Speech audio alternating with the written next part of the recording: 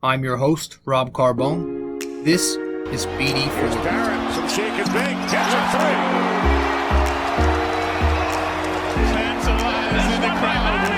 Oh, hang on to the roof. Goodbye. Anthony for three. Bang! That one goes down. Gotta put four fingers up when Torres comes to the plate. The wall. See ya. See ya. Out here, the pistol comes under. Got it. Yankees win. Before we even think about getting into an irrelevant subject today in sports, I need to get to the bottom of something here that I've been trying to get to the bottom for the past 24 hours now. I've legitimately lost sleep over it because some people are sociopaths. And I just need to hear your opinion. So whether you're watching this on YouTube or if you're listening to this podcast on, one of the major podcast feeds, I want you to comment somehow, whether it's on YouTube or obviously you can't comment on Apple Podcasts, Spotify, yada, yada. One of my social media platforms, I usually post the podcast link and the promos there. I need you to tell me, and I have a poll on Twitter, go vote. Is a hot dog a sandwich? Yes or no? That's it. Is a hot dog a sandwich? Is a hot dog a sandwich? I want you to go and give me an answer on my Twitter poll. Nobody's really voted so far because nobody knows about my Twitter. And I probably lost in the algorithm somewhere because I tweet so much. But I need to get to the bottom of this because I've had some crazy people tell me yes. And I know it's not. How could you call a hot dog a sandwich? Is your argument going to be because it's in between bread? That's your argument? Then how come we don't call it a sandwich? How come I've never heard anybody says, oh, I want to go have a hot dog sandwich? Are you out of your fucking mind? So if that's a sandwich, do you call a cheeseburger a sandwich? That's in between a bun. It's been pissing me off. I've been trying to figure this out all day. And maybe it's because I just finished up my classes for this semester. I'm all done with my finals, my exams, and my assignments are all over with. And I'm driving myself bored now with nothing to do until I start back up with work this summer. But man, I need to get to the fucking bottom of this because how could you possibly say yes to something like this? And if you have said yes to something like this, there is a special place for you in hell. And I hope you die in the most painful way possible to get there. I'm sorry. But I'm talking to nobody here because nobody actually thinks it's a sandwich, right? So if that was offensive to you, it shouldn't because, there are no human beings on this earth that could possibly think this way. I'm sorry. There is no way you can spin it and tell me that a hot dog is a sandwich. It's not a sandwich. It's its own entity. It's its own thing.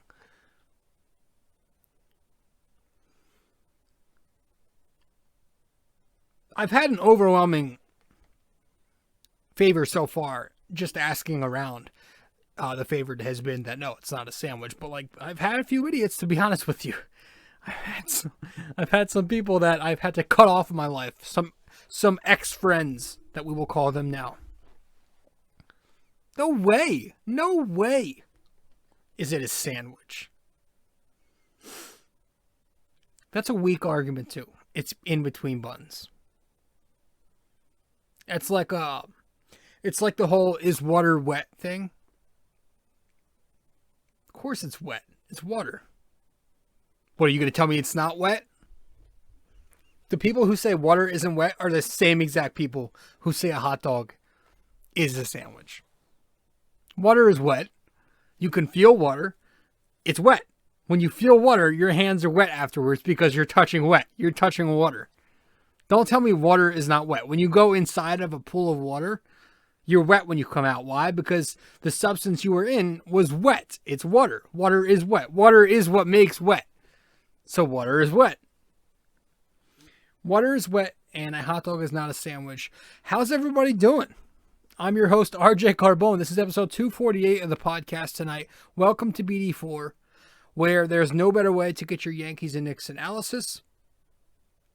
And, yeah, man, it's an interesting day. It's been an interesting day.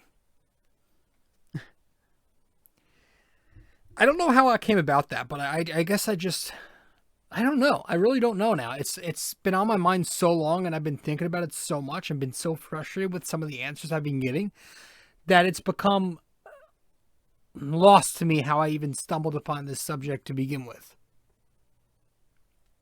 It's not a sandwich. It never will be a sandwich. It's not a sandwich. A hot dog isn't Are you a psycho? Are you a psychopath? What's the difference between a psychopath and a sociopath? I don't know, but you know who would be able to tell you that? Somebody who thinks a hot dog is a sandwich, because they'd probably be going to therapy for that because they need a better mental state. It's not a sandwich. It never will be a sandwich. If you think it's a sandwich, you need to get help quick. And we're fortunately in 2021. There's a lot of help out there, so take advantage of that help. Yeah. Earlier today, I saw something funny on Instagram. Killed me. Derrick Lewis, UFC fighter. Somebody asked him, somebody broke into his car, by the way, and he beat the shit out of them. But somebody asked him, this is irrelevant to that subject. Somebody asked Derrick Lewis, I don't know who it was. I think he was asked, I don't know, someone in the media, if he could have somebody play him in a movie, who would it be? My man answered John Travolta. If you squint real hard, you could see it. Hell of a season, man. Hell of a season. Hell of a season. And we're going to talk about the season. We're going to review some things. We're going to go over what to expect in this Sunday night matchup against the Hawks. Gosh, I can't wait for that shit. I don't remember, 2013, I don't remember that moment waiting for the playoffs. But I'm sure I was ecstatic. I'm even more right now. So yeah, we're going to talk Knicks. This will be a long episode.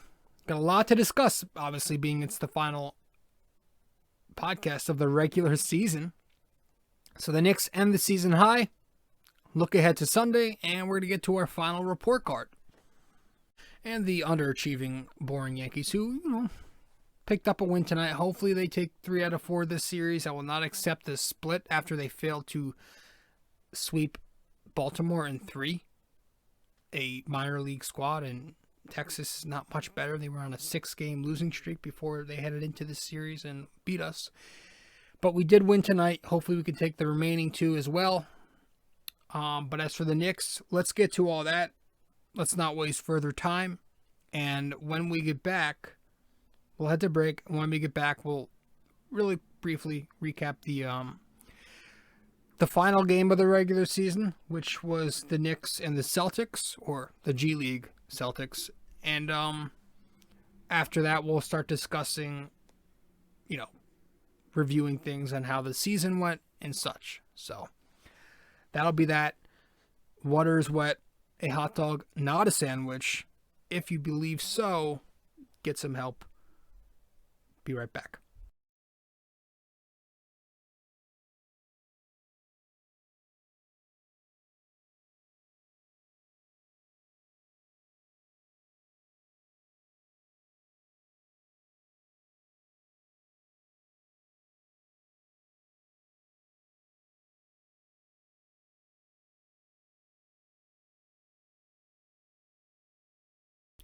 Yeah, so basically Brad Stevens, just being that the Celtics were already a lock for the play-in no matter what the result of this game was, he sat everybody, no Tatum, no Brown, rested the guys who needed rest, and the guys who were slightly injured, he just sat them out. And the entire G League squad basically played for Boston. And who, by the way, Boston, after tonight's events, they will now play the Nets in the first round. So, two teams I despise so much playing each other, so that's always fun. But this entire game was pretty tight. You know, it was, first quarter was tight. It was, excuse me, it was, damn. Yeah, it was tied at 35 points apiece halfway through the second quarter. Then the Knicks got on a run to finish out the half from there.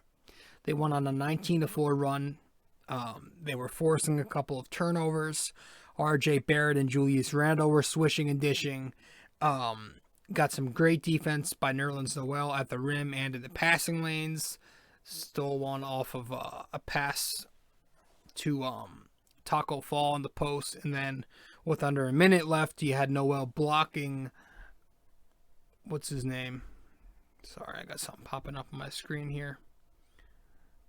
With under a minute left, you had... Something happened to my fucking tablet. With under a minute left, you had Noel blocking Aaron Nesmith, and it led to the Knicks.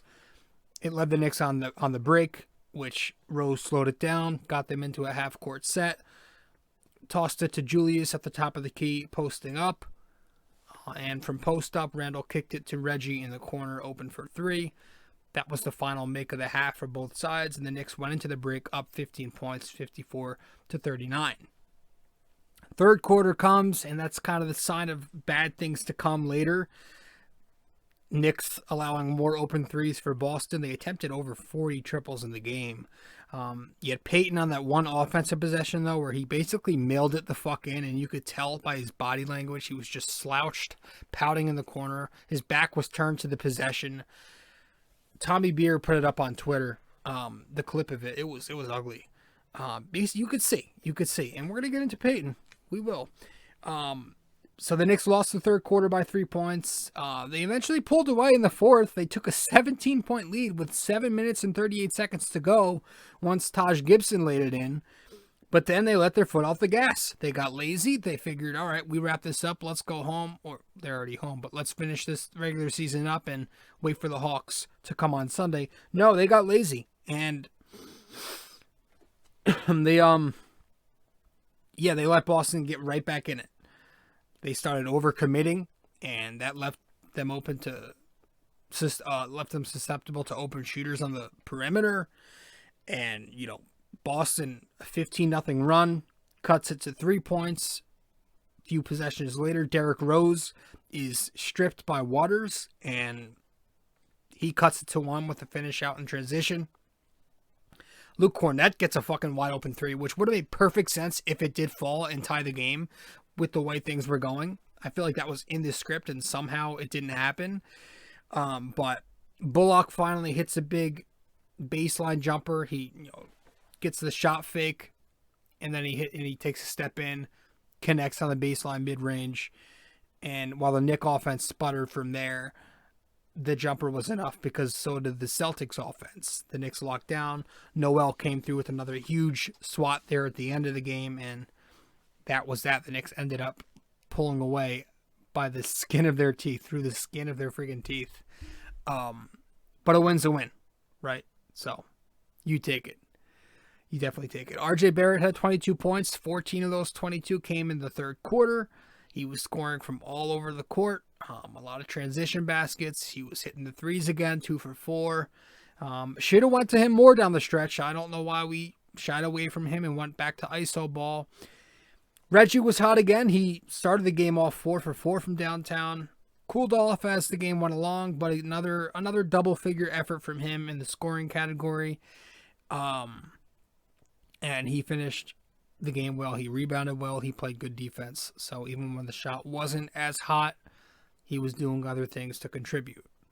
I have got, what else? Derrick Rose, 7 points on 9 shots. He struggled, but left on the bench way too long in the middle of that fourth quarter. There was like a 6 or 7 minute stretch where we needed him, but Thibodeau left him on the bench. And, I thought he should have gotten more, being he's their best point guard, than 23 minutes in that one. That would have been a good time to slide him back in there. With Burks and IQ not exactly helping everybody else get going. Burks was good. He had a fabulous scoring game with 17, but he didn't provide much at point guard. He was the point guard. He was scoring the ball, but he played on the ball. It didn't really help everybody else get going. IQ 1 for 7. Elfrid Payton, abysmal again, ends the season with another 0-point game. Taj and Noel were solid. Without Noel's big-time blocks, the Knicks don't win this game. Taj, less stellar, but still very productive. And then Julius, obviously, 20 points, 7 boards, 7 assists. Did not shoot well. He cooled off down the stretch, 5 for 17, but whatever. Right? The Knicks still pick up the victory. So, that was pretty much the Celtics game. Wasn't the best game, but the Knicks won. So we're going to head to break, and when we get back, we'll start discussing some things about the season and how everything went, and we'll get into our report cards. So, be right back. All right.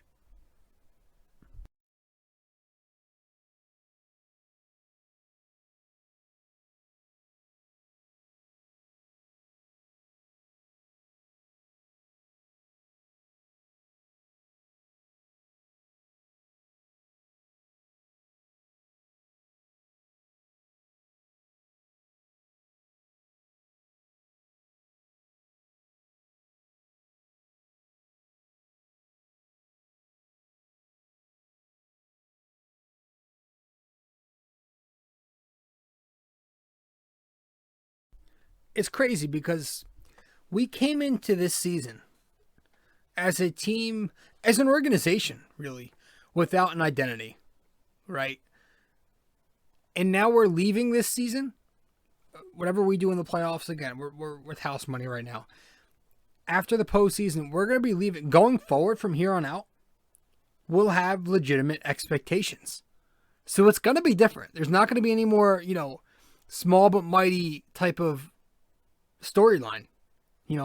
This Knicks team from here on out, after a season like this, the way they really overachieved and played exciting ball, and again, this is why I like to point them to the 2017 Yankees in a way, is that those Yankees from that 2017 season and on, after that 2017 season, they had expectations and it wasn't as fun and feel good, right? It hasn't been that since, because they are expected to do big things. Now, the Knicks aren't going to have title expectations just yet after this year, but they're going to be expected to do at least that and more from here on out. There's not going to be another year where we look for moral victories and we look for,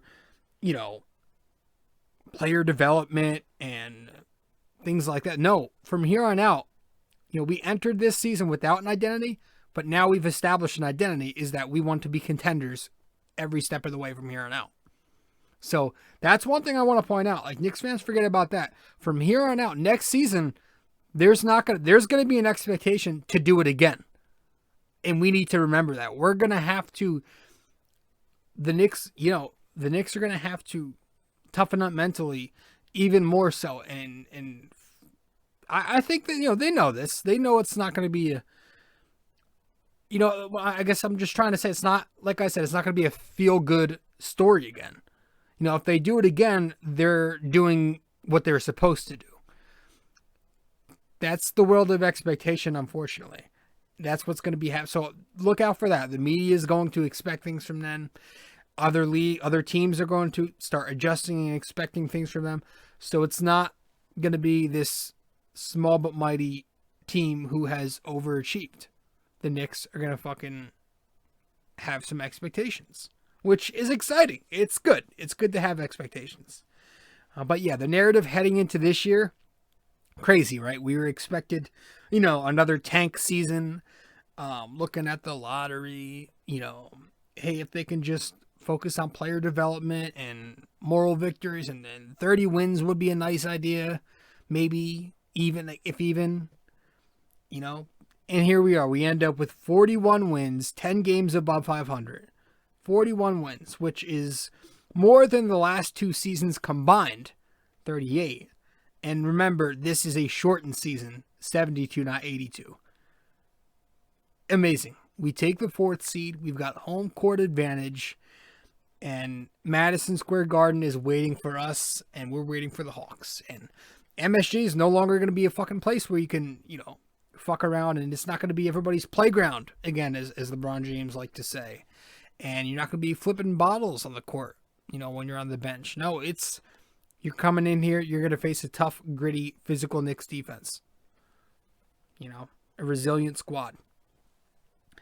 So, it's been a hell of a year. And, I'll tell you what, man, there better be at least one Knick better be getting some kind of award or accolade here.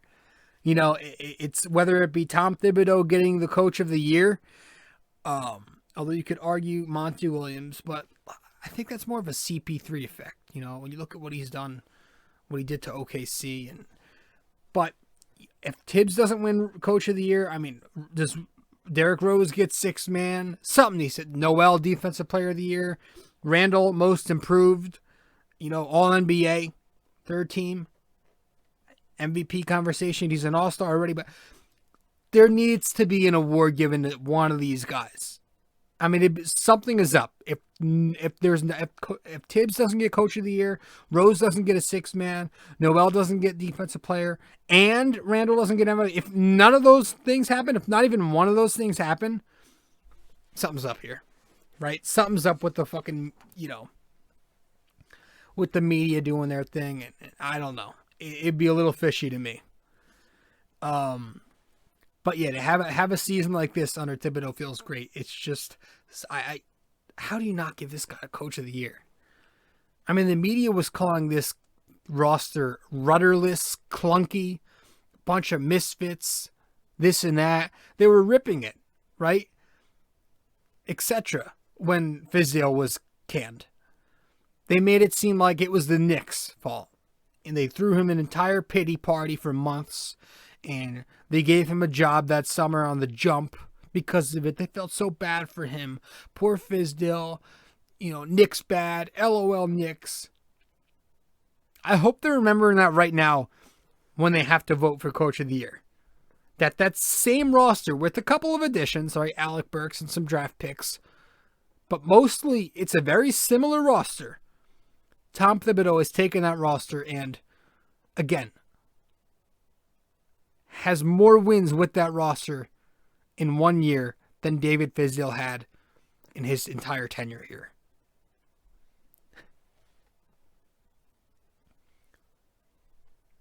It's incredible.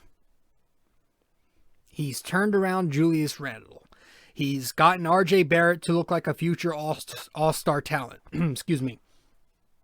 Mitchell Robinson, before the injuries, he was thriving in the starting position and looked like he was on his way to another productive season. You look at the numbers, they're improving each year. He defied the 22-23 win Vegas expectation and doubled it, basically. He's developed a strong culture, right? Culture building, that was the big thing. And this team now looks like they're headed into a promising direction, right? Now the media is trying to flip it. Now Kellerman's out here on First Take with this headline I saw the other day. Is the Knicks season a failure if they don't get past the first round? Which it would be disappointing because I feel like we're matched up perfectly with. I feel like that's a good matchup for us. I feel like we can handle them. We've beaten them 3-0 on the season series, and we just have the advantages when you look at the matchups. I feel like we can do it. So if they don't, it would be a disappointment in that, in terms of not being the Hawks. But would the season be a failure? No. This season is already a win. It's already marked. As soon as we finished the year 500, it was already marked as a W. As soon as we clinched the 500 record, it was already marked a W. Yeah, I can't say. This is the best Knicks team I've seen since Melo. That was the best one since Ewing. We haven't had many good teams. And that's Ewing, you go all the way back to the 90s. And Melo in 2013. And we haven't had shit. But this one feels so much better than both of those two because, I'm 26 years old, so I don't remember the 90s Knicks. Right? I was born in 95. The 2013 Carmelo Anthony team, Mike Woodson was coaching, Tyson Chandler was the center, J.R. Smith, you had Steve Novak. It was fun. You had a bunch of good role players and a lot of vets, but everybody knew that team was short-term, that it wouldn't last. It was a bunch of stopgaps, and it was eventually going to fall apart, which it did. This one is something you know is here to last long. It's built for the future, so long as we don't do anything stupid. And so you have to credit us. You have to credit Tom Thibodeau, but also Leon Rose, Scott Perry, who is rumored to be getting an extension, which is nice. I don't mind it. And all those guys, right? And hell, if I even have to, Jim Dolan. So yeah, I think first and foremost, if we're giving out report cards just to give the Knicks as a unit a grade, how could you go lower than an A+? They have been absolutely way more than what we expected. I don't like giving out A+. I don't. I feel soft when I do, but I can't. I mean, maybe an A, but I can't go lower. I can't. Guys, they've doubled their win total from last year. They've had more wins this year than the last two seasons combined. They've doubled the Vegas expectation. I mean, they've just been fucking spectacular. For a team that nobody, even Knicks fans, let's be honest, even we were sleeping on this team heading into the year. So I have to give the Knicks as a unit an A+. Now we're going to get into the individuals in just a second. Dive into some of these players. Now we're going to be grading the rotation. I'm not going to grade the non-rotational players. There's no point. But the guys who are in the rotation, in the 9-man rotation, the 10-man rotation, we will be grading and evaluating. And these grades are based off of each individual player's own expectations. So keep that in mind when I'm giving these out. All right, so we're going to head to break. When we get back from break, we'll get this thing started and get to the report card.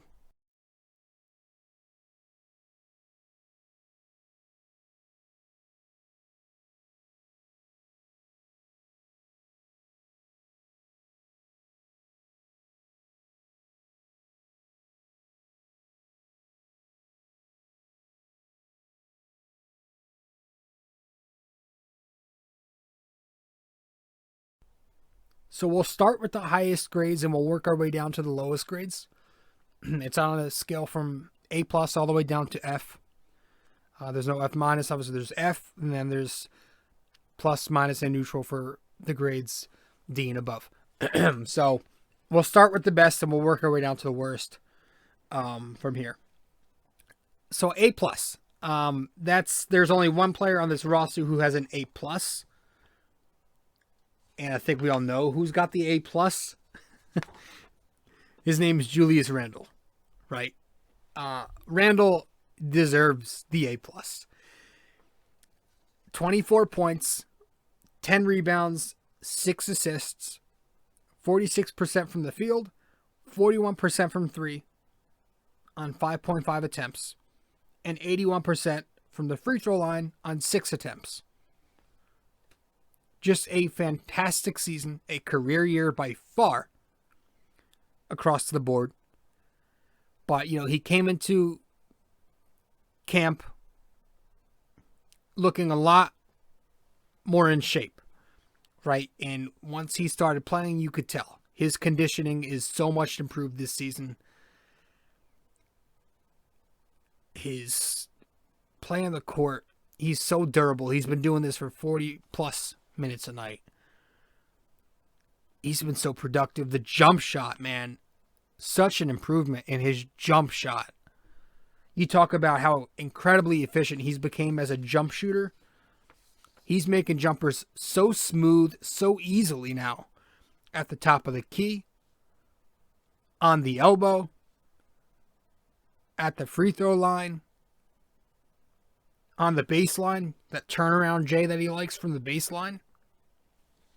And the three-point shot, he loves that step back. And he'll shoot that step back from anywhere over anybody. I mean, it's been an incredible shooting year to begin with when you talk about Julius Randle. He's been a 3-level scorer, though. You know, he's been scoring on all 3 levels. Let's be real. He's finishing well on the inside. His rim reads are a lot better. He's not forcing that spin move anymore into the post where he turns it over. No. He's been a great, efficient 3-level scorer. He's making quicker decisions as a playmaker, too. When the ball's in his hands, he's making quick decisions. His reads on those double teams, much faster. Are there times where he gets in trouble? Yeah. That's one of my only gripes is sometimes the turnovers. But that's going to happen when you are the primary ball handler, you know. And again, I guess the only other thing is sometimes he gets gassed at the end of games. You could tell he doesn't have much left in the legs. But again, that's going to happen with the amount of minutes he's playing. Right? He's logging a lot of minutes. The workload is heavy with Julius. And the responsibilities that he has. I totally get it. So he's just had a remarkable year. The first guy since Larry fucking Bird to go 20, 10, and 5 on 40% three-point shooting. The first guy since Bird. And Bird was the only other guy to accomplish that. And that's not even like, it's not even like that's one of those crazy stats that are like, yeah, of course, because it's such a nitpick and it's so specific. No, that's an impressive, like 20, 10, 5, 40% three-point shooting. That's simple. And only Julius and Larry Bird have done that. That's, to me, I feel like that should be talked about more. And the crazy thing is, he didn't get it up to that. That was a stat I saw earlier in the year. And he still finished with that, which tells you how consistent he's been. That those numbers were sustainable. Stuttering all night. Jesus Christ.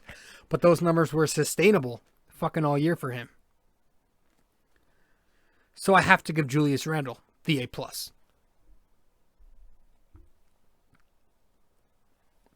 RJ Barrett. Now we go down to A-. I thought he had a fabulous sophomore season. Did the wing. 18 points per game. 6 rebounds. 3 assists. On 44% from the field. 40% from 3. On 4.3 attempts. And 70% at the free throw line on 3.8 free throw attempts. Same with him. The improvements across the board are so promising with RJ Barrett. He's going downhill more off those high pick and rolls. Playing the fast break. He's got a solid post-up game as a matchup advantage on those smaller guards. But just so crafty, so elusive when he's driving. Great size.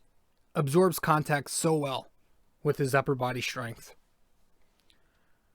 And, of course, when he takes his game outside more, the three-point shooting has been such a surprising turnaround. He's an automatic bucket on those corner spot ups.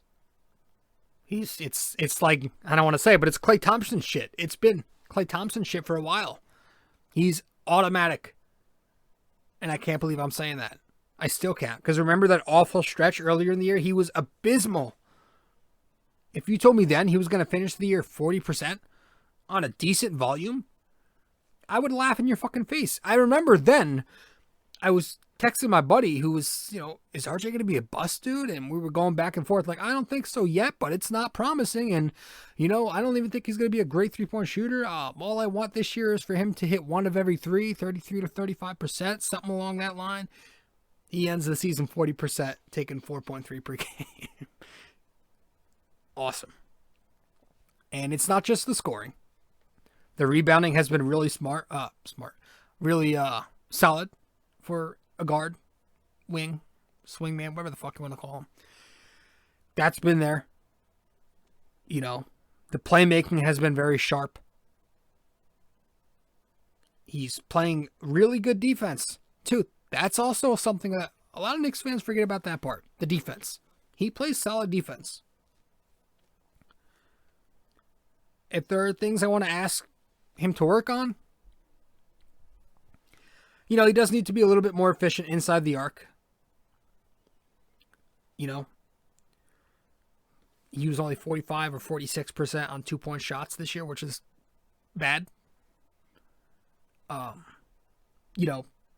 In particular, it's be more efficient at the rim, make some smarter rim reads, and that also has to do, it's not just his shot selection, which it can be wild at times at the rim, but it's having Peyton out there with poor spacing. The guys don't respect Peyton's jumper, so they're collapsing in the paint, and it's becoming crowded, which we'll get to.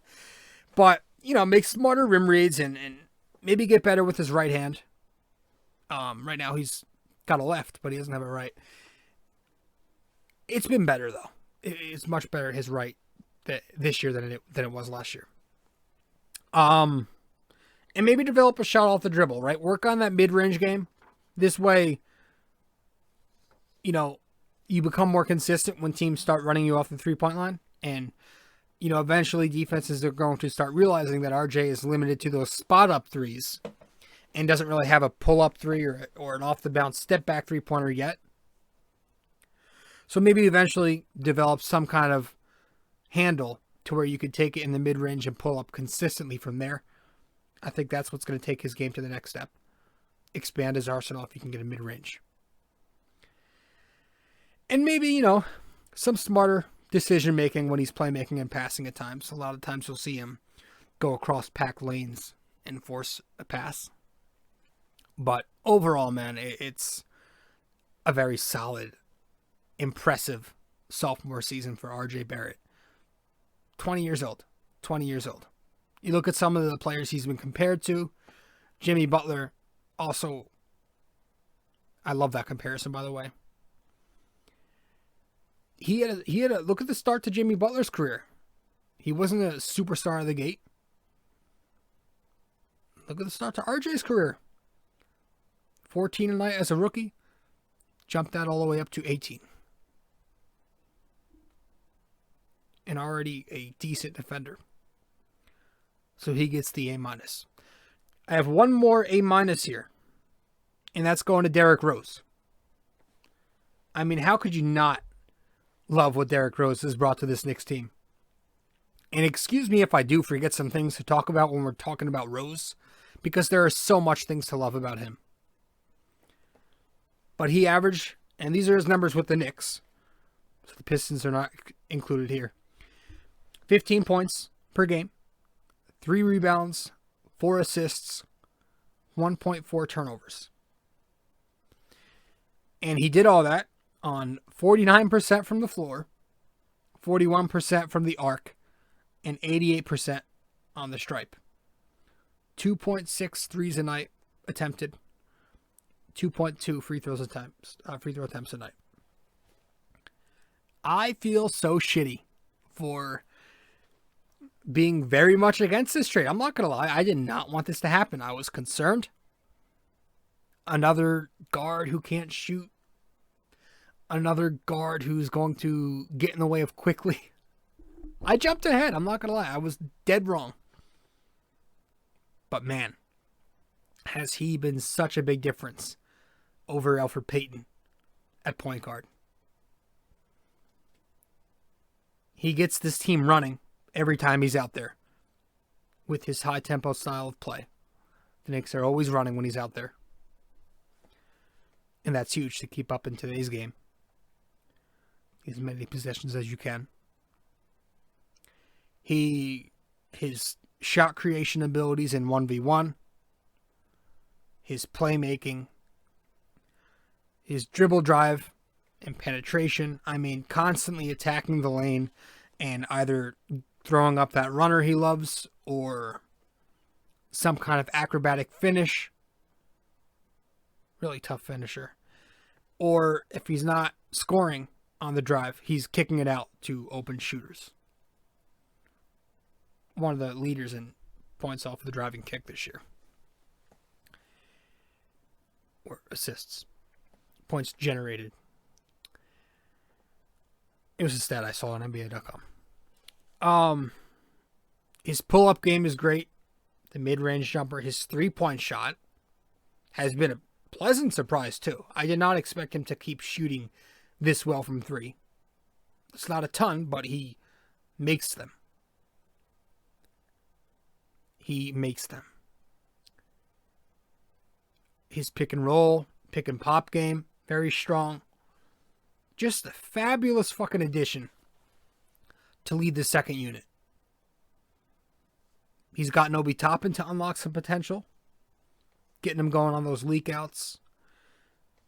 And, Rose's passing overall, it's been very unselfish and efficient. And he plays very good. He, too, plays very good, very smart, effective defense. I think that's one, again, thing Knicks fans keep forgetting about is a lot of these good offensive weapons we have can play defense. I'm not saying they're all Reggie Bullock, but they do play defense.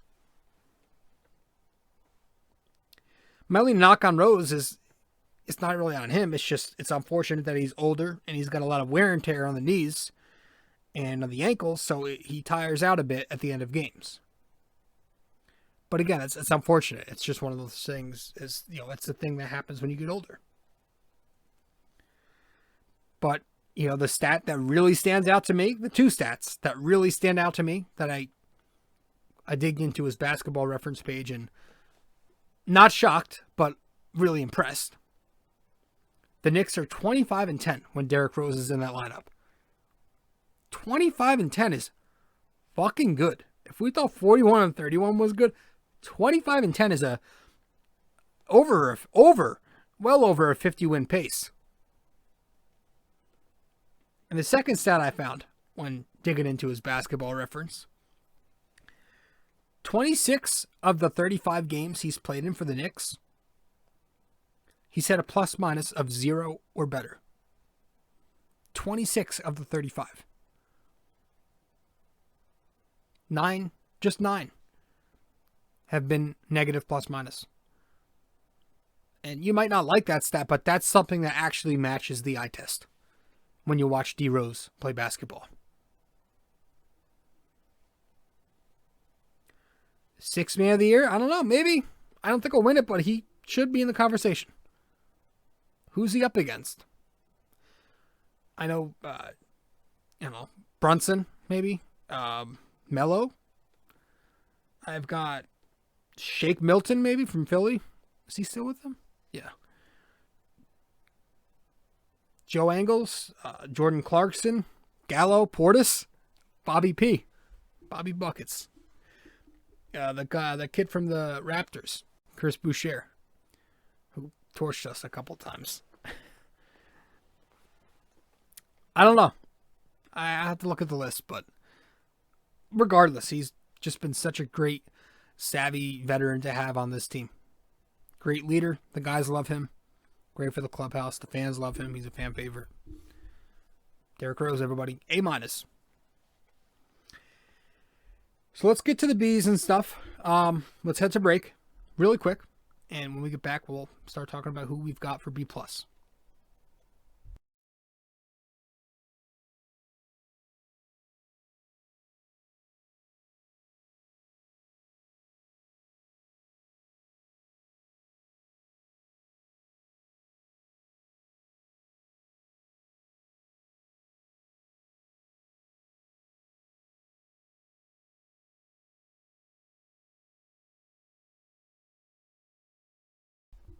So I've got two B+. Two B+. The first B+ I have here, Reggie Bullock. Reggie Bullock has been very, very strong for the Knicks. He averaged 11 points this year, 3 rebounds, 2 assists, and he did so on 44% from the field, 41% from 3, 91% at the line, and he shot 6.1 attempts a game from the 3-point line and 0.8 free throw attempts per game. Reggie was your prototypical 3-and-D wing, right? He's going to be tasked with the toughest assignment. And on the other end, he will hit multiple threes for you. Off those pin downs, those curl cuts, and DHOs, spot ups in the corner. Good movement shooter, good standstill shooter. He's been shooting the rock lights out. He's got such great chemistry with Julius on those 3 balls that that's also helped him. But yeah, a wonderful turnaround season for Reggie Bullock. Now that he's fully healthy this season. And while I'm calling myself out, here's another guy who I wanted him out of the rotation earlier in the year. Him and the next guy we're about to get to, I wanted out of the rotation early in the year. I've had some bad takes. I've had a lot of good takes, which people only remember the bad things you say, but never the good. But hey, I've had some bad takes, and this was one of them. My only gripe with Reggie is, obviously he's not a ball handler, so most of his game is going to be alongside guys who can set him up. So he plays off the ball, he just shoots. He doesn't create, nothing like that. But that, and we've seen him fade at the end of games, which really sucks because he's such a sharpshooter. He's a great fire starter, but it'd be nice to get some more consistency from Reggie in those fourth quarters and the overtime periods. But another stat I loved when I looked up his basketball reference, the Knicks are 28-10 this season. 28-10 when Reggie scores in double figures. So there you have it. Play Rose and feed Reggie, and you're going to win. B+ for Reggie Bullock. And here's another B+, the final B+ that we have. I've got Nerlens Noel. Another guy I wanted out of the rotation earlier in the season. I really should stop spitting out hot takes. Nerlens. Numbers won't shock you. They won't stand out at you. 5 points, 6 rebounds, 1 assist, 61% from the floor. Obviously doesn't shoot threes. 71% on the line. 2.2 blocks per game. 1.1 steals per game. Both of those stats led the Knicks. Plays the lane well, blocks shots. Shot blocking extraordinaire. And that's huge. With Mitchell Robinson going down, who would have thought the Knicks would have kept this defense up? Because a lot of us were worried. Could they sustain it? But Noel always led. His blocks always led to those momentum shifting baskets out in transition. Always do. So, and anytime you get the Knicks out running, anytime you get them running, you take it. Always want to see them run. His pick and roll coverage is sometimes good, sometimes not. Actually praised him for it a few weeks ago. His ability to execute the drop defense so well. How he ices out those ball screens and yada yada. But then you take a look at him lately and it's like, he does have issues. You can see it with the lack of mobility. His pick and roll vulnerability hurts sometimes. He can be slow rotating back after helping. And, it can be tough to watch at times. But he's also not a strong rebounder. He struggles a lot against bigger, more physical defenses. He's got brick hands. We all know that. He drops everything that comes to him. Doesn't provide much offense. No post-up game. Not a ton of lobs and not much outside shooting, aside from an occasional baby jumper. But all in all, man, with how incredible he's been on the defensive end at the rim and in the lanes, just, again, way more than a serviceable stopgap in Mitchell Robinson's absence. So I can't really say that Noel has been anything less than a B+ for this Knicks team. So that's what he gets. We've got 3 B's. 3 B flats. Just a straight up B. I'll start with Alec Burks. I give him a B. Probably would have gotten a B plus if his defense was like Bullock's, but it's not. And he's been a little bit injury prone. At times he can get a bit sloppy on the ball. Not the defender Reggie is. And again, the injuries. But aside from those three things, I want to extend this guy. I really do. I love what he's brought into this Knicks team. He's averaging 13 points. He averaged 13 points, 5 rebounds, 2 assists. On 42% from the floor, 42% from 3, 86% at the line. 5 3-point attempts a game, 2.4 free throw attempts a night. Call him Triple B for a reason, guys. Triple B. Great jump shooter, always coming through with big buckets in the fourth quarter. Big Bucket Burks. Triple B. That's my nickname, too, that I developed for him. He shoots well off the catch. He's obviously a great shooter off the dribble. Likes to shot create. Plays on the ball a lot. Likes to attack the lane and either kick it out or draw contact. And again, when he's healthy, he's been an integral part to the Knicks' success. I love Alec Burks. His microwave scoring in those fourth quarters plenty of times has helped us pull away from games that we had no business taking. Also getting a B, Taj Gibson. I love this dude. I could write a whole essay on how much I love Taj, and I can't believe this was another guy who I wasn't against it, but I was like, when they went out and signed him, I was like, oh, another guy who's probably not going to impact much just here because Thibodeau's coaching. He's been much more than just a neutral player. He's not just another body. Last year, I felt like he was another body. This year, I feel like he's actually been more than that. Again, the numbers aren't going to wow you. 5 points, 6 rebounds, 1 assist, 63%, 20%, 73%, 0.7 steals, 1.1 blocks. But it's the intangibles.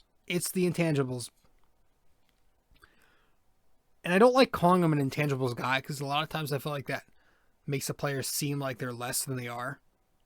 But he's so good at that. He's so durable. He plays every game. He's tough. He played with a fucking black eye. It was like red and purple and all that shit. He's so tough. He sets excellent screens. He's diving for loose balls constantly. He's poking loose balls away. Battling on the glass. Tipping it in. Tipping it out. Strong defense. Can bring a different dynamic than Nerlens can. Offensively by putting the ball on the floor and adding a little bit of scoring and playmaking. Decent mid-range shot. Good post player. Just see him on the low post a lot. So strong for this Knicks team. Really good. And the limited minutes that he gets, about 15 to 20 per game. And, the only knocks, he's older, so he's not as athletic. Doesn't have the same strength. Not a huge shot block presence, but overall, I love the dude. He's like the Udonis Haslem of the Knicks. Remember from back in 2013 from Miami. He's been that, I guess, a glue guy, but like not really. It's just there's maybe a Swiss Army knife. I don't know. He's just been so important for when Noel heads to the bench to have your third string backup play like a second string backup. And he's done that so well.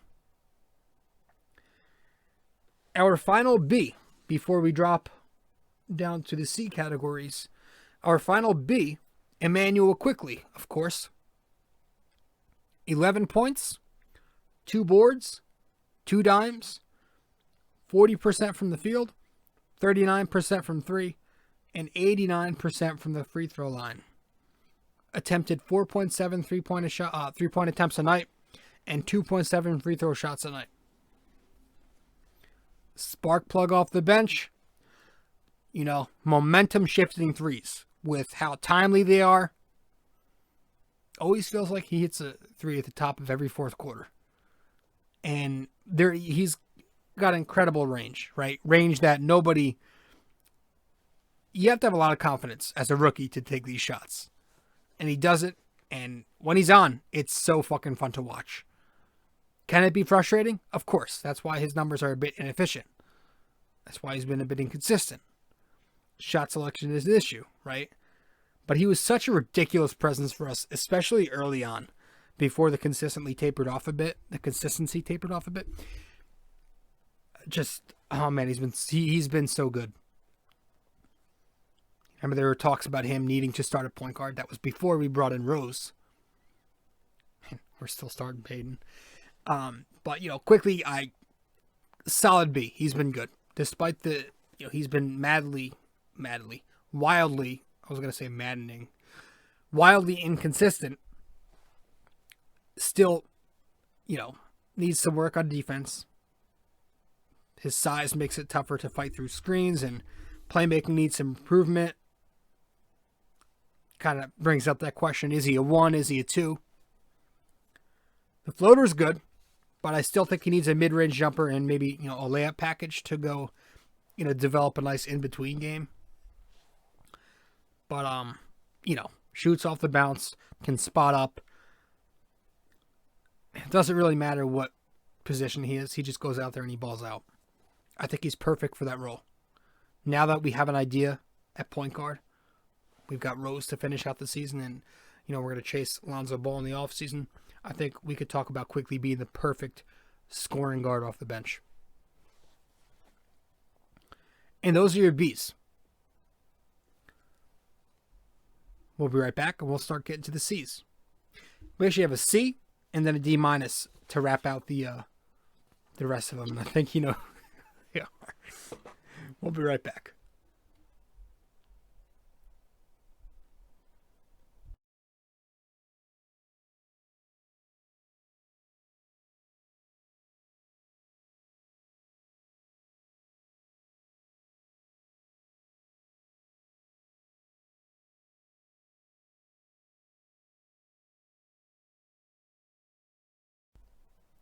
Obi Toppin, I gave him a C. Could be a little optimistic here. I don't know. He averaged 4 points, 2 rebounds, 1 assist. The efficiency numbers weren't bad. 50%, 31%, 73%. 62% on his twos. But we saw his confidence grow a lot more. Tremendously. As the season wore on. He wasn't as hesitant. He was more aggressive. And those were points that we were making as to why he shouldn't have been in the rotation. About mid-season, we were saying he was unplayable. But Tibbs, stubborn as ever, stuck with his lineups, and it's now paid off. He ended the season on a very strong note. Definitely on a high note. And he's now no more just, some floor spacer who you stick in the corner, but he's doing more things. He's making hard cuts. He's throwing down lobs from the dunker spot. We've seen him in some more pick and roll actions.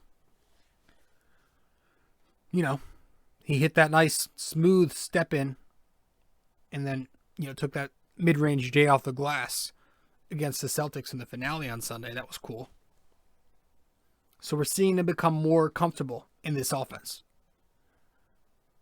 and he's obviously played so well with Derrick Rose, being that they're both open court players. So that's helped him thrive. Like we mentioned.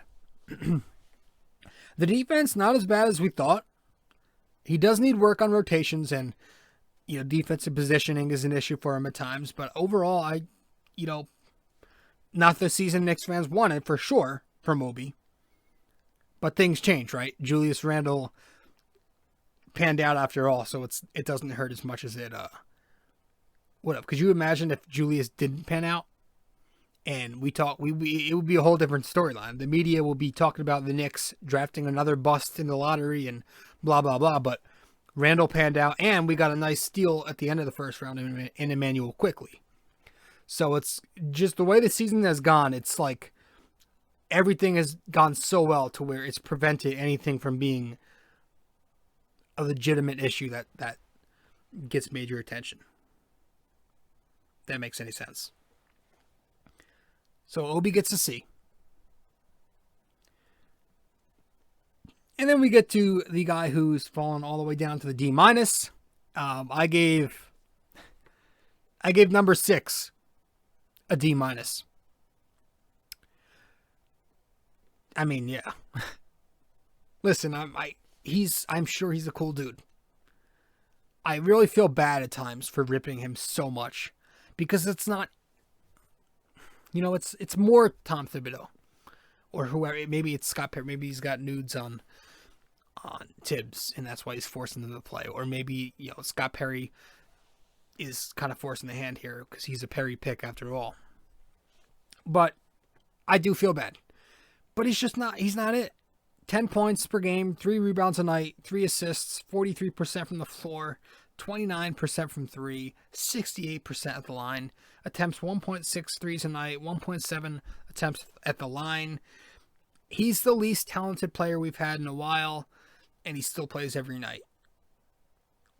We've seen all we've needed to see with Elfrid Payton. Dude got blocked twice by Cornette. He tried to dunk on him the other night.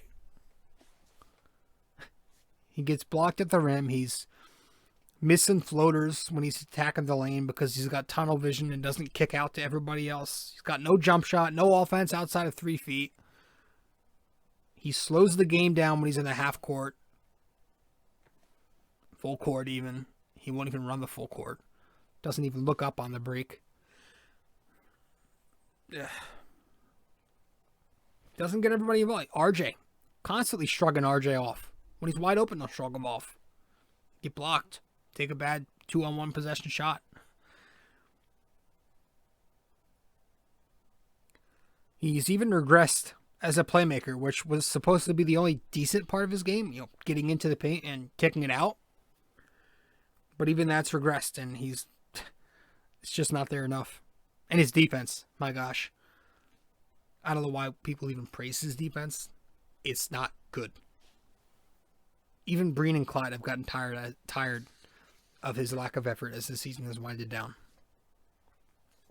He gets lazy off ball.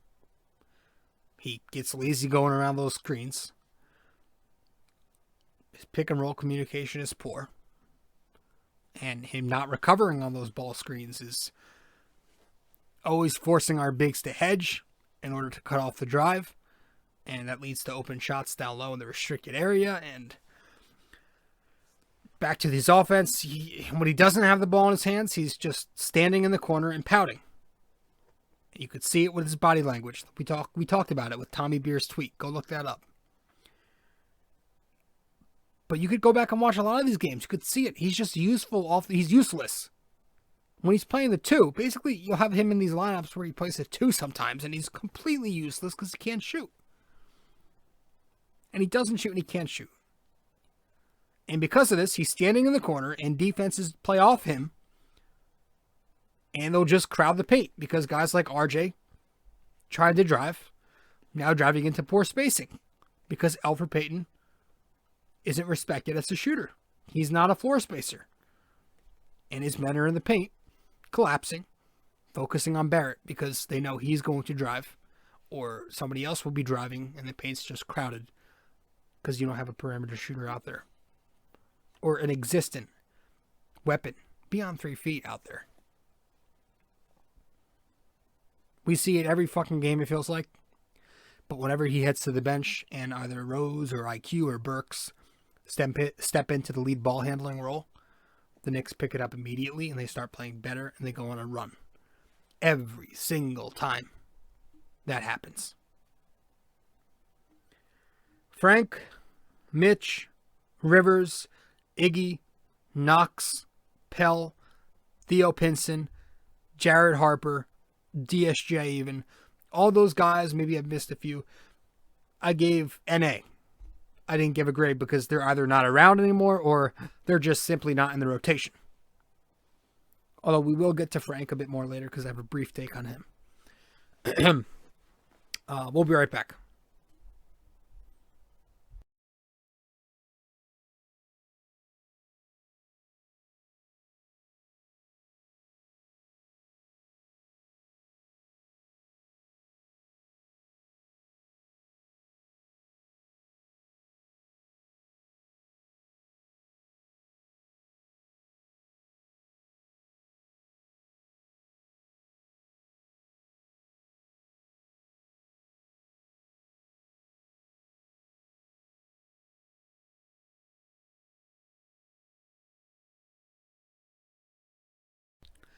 Speaking of Elfrid Payton, though,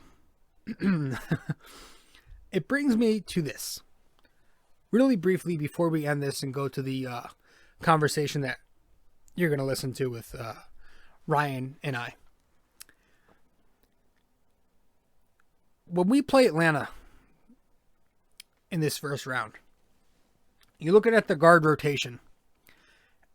I don't see it happening this way, but I pray, I put my hands together, and I absolutely pray that the guard rotation does not include Payton. I'm sorry. Again, I don't mean to keep doing it. But when somebody's this bad, it needs to be discussed. Jesus Christ. It needs to be discussed. Because, like, do you trust Elfrid Payton on those ball screens when you've got Trae Young shooting off them? Do you really trust him to get over the screen there? I don't. I sure as shit don't. I think you need to start Rose. I think you need to, bro. I really think you need to. And then you have, IQ coming alongside in different lineups with the bench unit. Alec Burks and maybe mix in Frank in that order. Because with Rose, you're starting him in the first quarter, and he's starting in the third quarter. So you're getting off to good starts, which is a huge issue for this Knicks team. And we get him down the stretch. We get him in the later half of the second and in the end of games, which we already get that right now. And so that means Tibbs clearly knows that EP is a liability, which makes it even more befuddling as to why he even still plays him and starts him. But with Rose, you're getting that. You're getting a good start. If you start him, there's a chance you're getting off to a much better start. We can't afford that in the play. We cannot afford Elfrid Payton's 15 minutes, 6 or 7 in each half at the start of each half. We can't afford that. We can't afford the offense to go stale to start each half. The margin of error in the playoffs is way too fucking small for him to be out there that long. Even if it's only 15 minutes total. It's not. I would rather give Frank those 15 minutes and, foul the fuck out of Trae Young. Smother him. Get physical with him. Make him uncomfortable. And on the other end, Frank can also shoot the three well. He expands the court by playing in the corners. He stretches it. So him, Reggie, the 2 3-and-D wings, this is why I actually think one of those guys are going to play a major key in this first round here. Keep an eye on one of those two names. It may be Reggie, because I don't know if Frank will get that shot. But having those 3-and-D wings, I'm telling you, it's so crucial in the playoffs. You see it every year. Look at Danny Green's career. Look how it's panned out. Look at Joe Johnson, was it? Joe Harris. Like, they are huge. In today's game, you need 3-and-D wings. Play Thibodeau ball. It's Thibodeau ball. You play defense. You stress player and ball movement. And you stress spacing and corner three-point shooting, which the Knicks led the league in corner three-point shooting. They were third in three-point percentage. But I think as far as the guard rotation goes, yeah, you need to exclude Elfrid. You need to start Rose, finish games with Rose, and have guys like IQ alongside him, and then Burks and Frank play the guard positions too.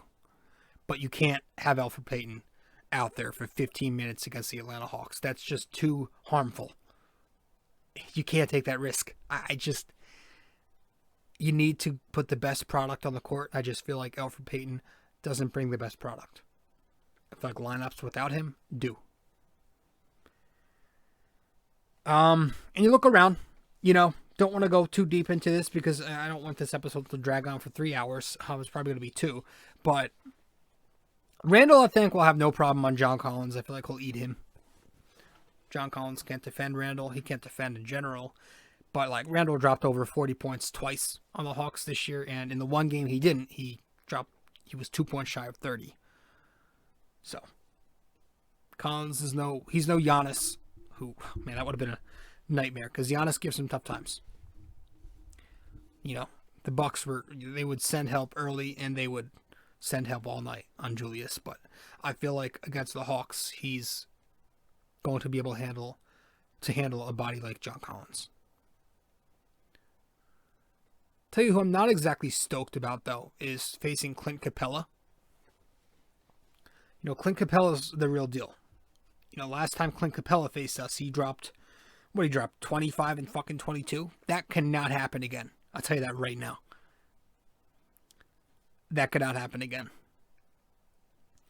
I know Noel has his issues on the glass, as we've said, the rebounding, and we got to start boxing out better. We've got to do a better job boxing out. That's been a problem for everybody. And Noel in the pick and roll, as we've said, can be up and down. Those are Capella's strengths right there. Boxing out, rebounding, rim rolling, throwing down lobs. Those extra effort tip-ins, those are his strengths. And when his strengths are Noel's weaknesses, that scares me. I'm not going to lie, it scares me a little bit. Second chance points will play a critical, monumental role in this first round series against the Hawks. Second chance points. And you look at Capella, guys like RJ Barrett. He does struggle a little bit against those longer defenders at the rim. So we will see what happens there. Keep an eye on that. But yeah, we cannot let Capella roam free like we did last time to go for 25 and 22. No. If anything, hack his ass every time he snags a rebound late in the fourth quarter. Get him to the line, force him to shoot free throws because he can't do that. And don't forget, some of their backcourt. They've got a terrific backcourt with Young and Bogdanovich. Can't let Bogdanovich get too hot. Hunter, good, strong wing with good size. He can score pretty versatilely. Kevin Huerter, who hurt us last time. He killed us from three. Last time the two sides met, he had that big first half, and he cooked RJ Barrett. But yeah, it's Young and Capella. Their two-man game between the lobs, the threes off the ball screens, and the teardroppers he'll throw up, the foul drawing gimmick he can do. He does a lot of bullshit, but it works. Officials don't love us. They love Trae Young. That's for sure. So I think we got to focus on Trae Young, obviously, make his life hell. If we keep playing Thibodeau defense, throwing pressure on ball handlers like Young, and I think we'll be good. Focus on him. Scares me, we like to drop off the arc a lot and kind of sag. And often guys are overcommitting on the help, which leaves us, plenty susceptible to open threes. But I think if we keep playing physical, if we keep rotating well, which is key. We've been rotating exceptionally well this year, and I've made that point known several times. I think we'll be fine. And on the flip, the Knicks they've got their perimeter shooters, the Knicks, right? We were top 3 in three-point percentage. Number of guys at 40% and above. We must take advantage of every time they go under on us or every time they're a step slow rotating. We've got to take advantage and convert. There's no room for mistakes. And we've got to tighten up down the stretch of games. That's one thing I want to bring up real briefly. We need to tighten up down the stretch of ball games. Defensively, we allow way too many open looks at the end there. We're not very crisp out of ATOs. And offensively, we revert way too much to isolation sets where we just throw it to Julius and say, here, save us, or we'll just give it to one of our guards and everybody turns into fucking statues. Thibodeau's got to take a long, hard look at his playbook, and because it's very predictable. You just throw it to Julius for the final shot, or throw it to him in the final minutes and let him do it. That's not a set. That's some shit that needs to be tweaked. It's more predictable than, I joked about it in the blog today, Stanton going on the DL. It is. That's one thing you have to, I don't know. That scares me. The Knicks, they could be a little iffy in those close games. Were they 2-9 in 3-point games or something like that? That's it. If we can do that, we'll be fine. Listen, there are so many little things you could pick at and say, well, they need to do this, they do that, and blah, blah, blah. Truth be told, we don't know anything until we actually see the game. Let it all play out. But I like to analyze things. I overthink. I'm a diehard fan. It's in my blood to overthink and get nervous and stressed and excited. I'm stoked. Let's be excited for this, man. It's our first playoff in 8 years. Excuse me. So let's get to break one last time. Be right back.